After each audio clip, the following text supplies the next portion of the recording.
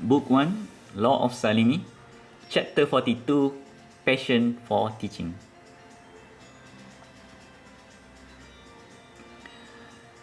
I sent about 2 to 20 applications for jobs and was called for about 3 to 4 interviews every week. It took me about 2 weeks to finally land another job. During the interview, I was asked to show my ability to teach, which I had some experience before teaching peers teachers program at UiTM campus Mangatal. In addition, I had unofficial experience of teaching other students during my time studying for my diploma and degree program. Essentially, I had 5 years of experience in teaching other students in all subjects that I took. When they required me to show them how to teach, I was very happy to oblige with their requests. It was very natural for me because of my experience as well as my passion for teaching. Several days after that interview, I was called to report for employment at one of the college branches at Kuala Lumpur Central or KL Central. I do not wish to make this college name known to the reader. However, I would say that virtually everyone who knew me, especially my students, knew the name of this college. To protect their anonymity, I would refer the company as private college.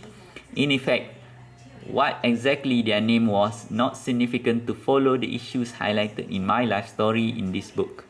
Thus, it would be best for me to conceal their name even though a simple research would uncover that public information.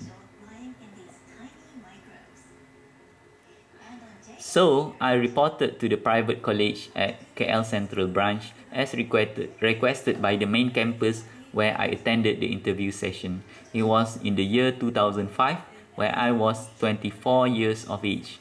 On the first day at KL Central Branch, I was called upon by the headmaster of the private college.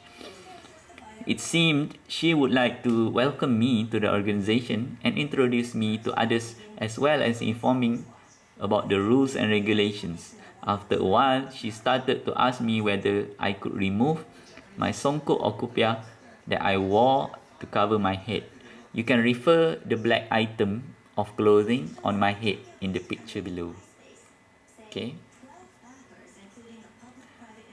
As you can see in the picture above, it was a head covering article worn by Muslim men, mostly for solat and or prayers performed at least 5 times a day. The issue about this particular article of clothing, which I will refer as songkok, was the fact that in Malaysia, certain political parties that were opposing the government wore that type of songkok. As a result, when a person like me wore it, it might indicate that I was affiliated with such political parties. Let me restate my disclaimer here once again about my stand of political parties which infuriated most or numerous people who knew about it, including several professors that I knew in my life. I had no affiliation with any political parties in Malaysia or globally. I do not vote and probably never will. I am absolutely neutral in regards of political choice. The reason which most people never been bothered to ask me about behind my choice to remain neutral on the subject of politics was the fact that I need to be fair and just to all without any influence from any political effort or parties. I had seen numerous scholars unable to sustain fairness when they were influenced by their choice of political support. Thus, I would never join or affiliate myself with any political parties in order to remain neutral, just, and fair while walking the path of a scholar and learning. Coming back to the issue at hand, the headmaster asked me, would you consider removing your songkok while teaching at KL Central Branch? I said I would. On my short answer, let me elaborate to you, the reader. When she asked me to consider removing my songkok, I said I would, which referred to I would consider doing so, which is to say, consider thinking about it. However, After making the consideration as requested, I would never decide to remove my songkok. The elaboration of my answer were never made known to the headmaster of KL Central Branch. After several days, she saw me in my office, still wearing my songkok.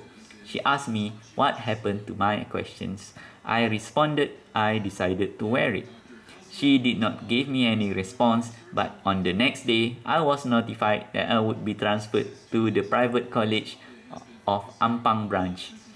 I guess it was very obvious that she disliked my choice to wear the songkok.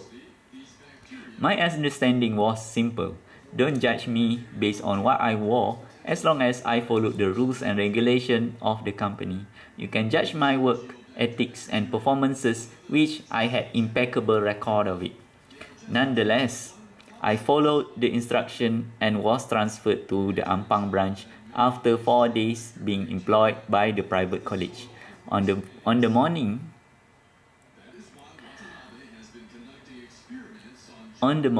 of the first day at Ampang branch, I was told to wait in the lobby area. I knew that it might be a tactic for this headmaster to actually observe me without me realizing it.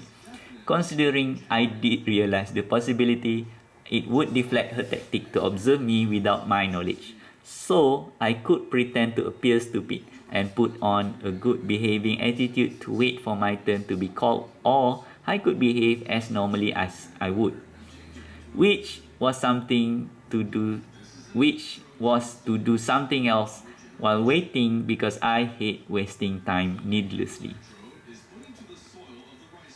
So I reached into my bag and began doing Sudoku puzzles. If you, the reader, need more explanation about this, I would recommend surfing the internet for better understanding about Sudoku.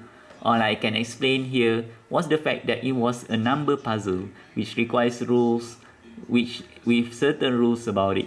Doing Sudoku helped me to train my mind to remain sharp and focused, as well as enhancing other cognitive abilities. I prefer to do something like Sudoku instead of just waiting idly and pretending to be tech or polite for no apparent reason. Soon, I was called to enter the headmaster's office. I packed my things and walked into her office room. I behaved as tactful as I could and was offered to sit down. She began asking me questions about myself, which I answered. When everything was done, she asked me whether I had any questions for her or about the tutor position at Ampang branch. I realized that she never raised the issue about my songkok, which was my true reason behind me being transferred to the Ampang branch from the KL Central branch. I said to her, I had experienced with bad bosses in my previous employment. If I perform my job as required or better, are you going to cause problem with me as about how I wore my clothes or other trivial things? I'm assuming that you knew about the issue raised on my songkok. She smiled and replied, I'm not that kind of a person, so don't worry. I responded, then we are good. She added, if anyone has a problem about your songkok, let me know and I will take care of it. By the way, welcome to the private college, Ampang branch. From that point, I became a tutor or a lecturer at private college, Ampang branch.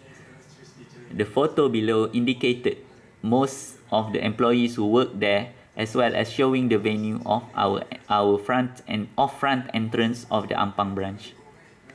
Okay, you can see me somewhere in the photo.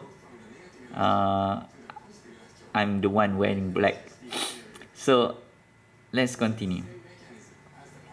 Even though I was employed as a lecturer at the Ampang branch, I never felt that I was working there. Instead, I just share my knowledge with students, and by the end of the month, my savings account increased in amount of my wage. Basically, I do not feel I was working, but I was simply doing something that I love, something that I am passionate about. I love teaching and sharing knowledge, and I was getting paid for it. Due to my passion for learning, knowledge, and teaching, I enjoyed every second that I had at the Ampang branch. I guess being transferred from KL Central to Ampang branch was meant for me.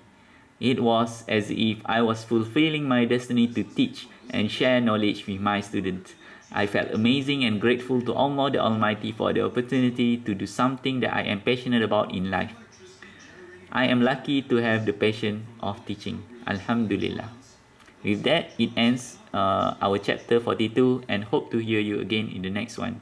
Thank you for listening and see you later.